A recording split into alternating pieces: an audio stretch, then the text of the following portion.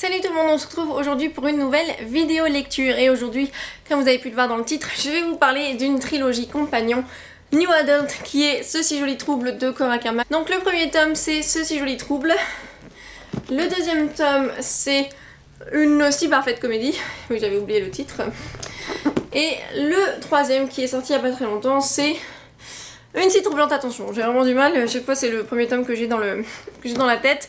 Alors de toutes les couvertures c'est celle-ci que je préfère, mais je vous l'accorde, c'est pas mes couvertures préférées. Je trouve qu'on aurait pu en faire un plus joli travail, mais écoutez, qu'est-ce que vous voulez, c'est pas grave, c'est le contenu qui compte et j'avais vraiment envie de vous la recommander parce que j'ai pas lu tant de New Adult que ça encore. C'est vrai qu'il y a quelqu'un qui m'a recommandé de faire une vidéo sur un top New Adult, mais pour l'instant je peux pas le faire parce que je trouve que j'en ai pas lu suffisamment.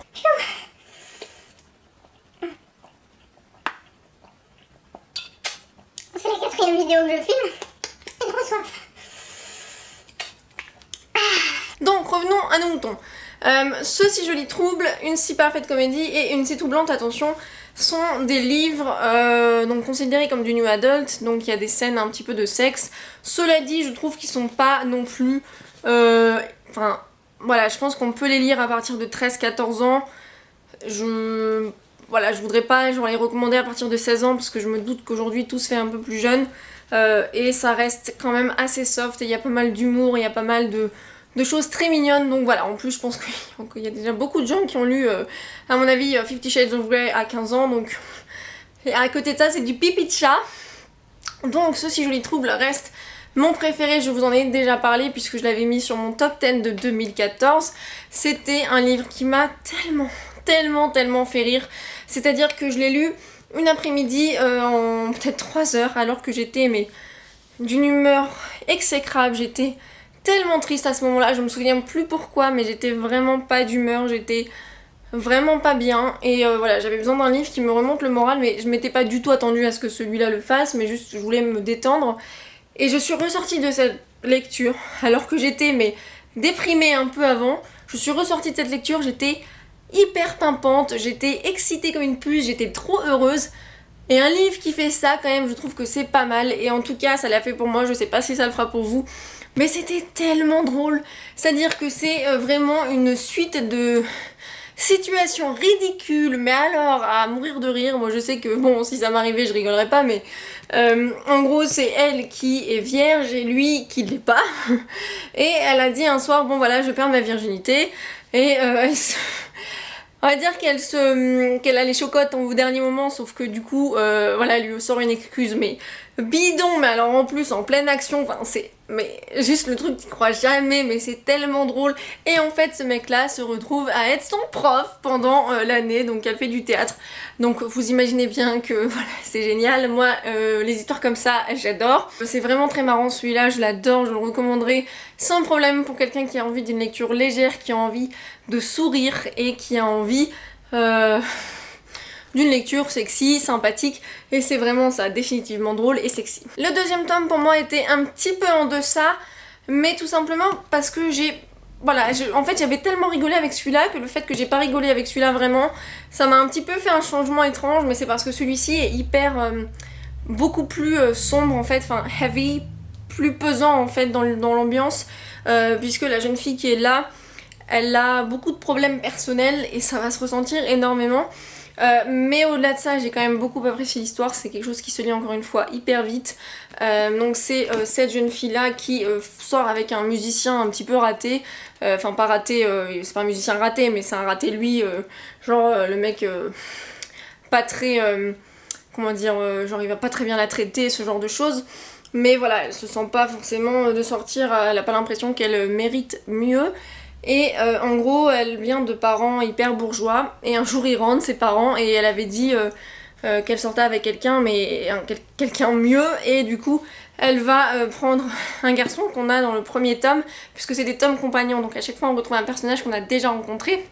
Et là on va avoir un personnage et elle va dire ok, tu veux bien devenir mon copain à un moment donné, juste pour faire genre à mes parents, sauf que la supercherie va devenir plus que ça.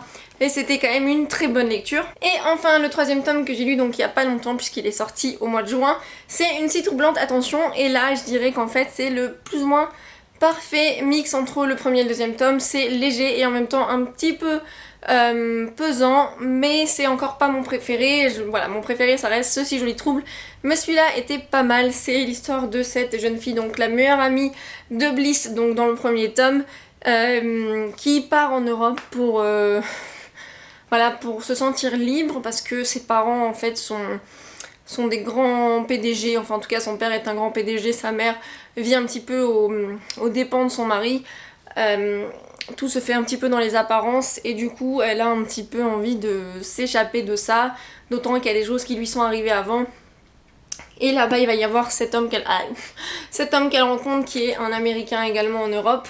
Elle se demande qui est ce beau jeune homme qui se moque d'elle parce qu'elle est en train de se donner en spectacle avec des gens du coin, enfin bref.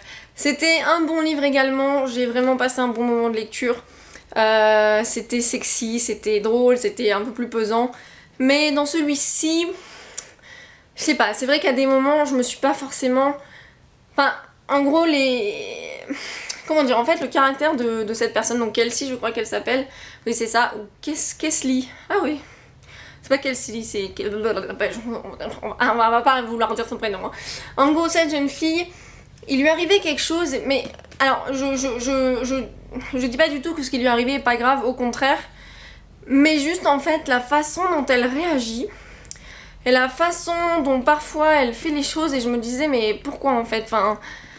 Je veux dire, tu fuis les choses au lieu de vraiment au lieu de les... Comment on dit, de les confronter, et ça va rien changer que t'essayes de le faire de cette façon-là.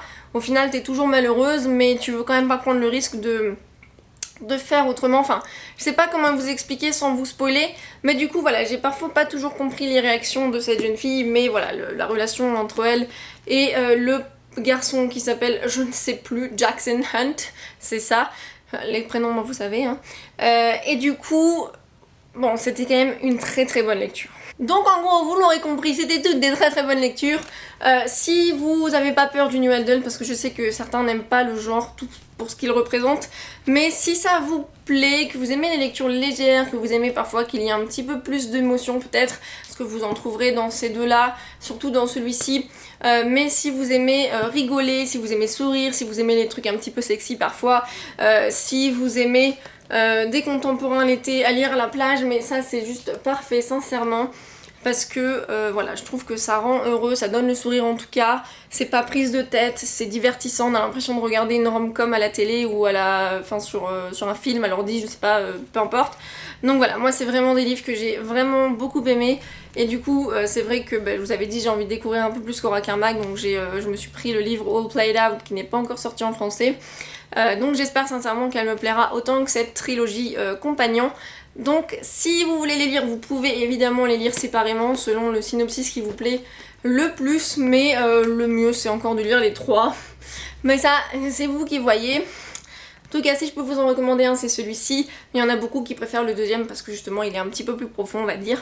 Donc voilà, au choix. N'hésitez pas à me dire en commentaire si vous avez lu ces livres, ce que vous en avez pensé, si peut-être je vous ai donné envie de les lire, et si vous avez des trilogies qui ressemblent ou si vous avez des conseils, recommandations en New Adult, je les prends volontiers. Et donc j'espère que la vidéo vous aura plu. Merci d'avoir regardé et on se retrouve très vite pour la prochaine vidéo. Bye!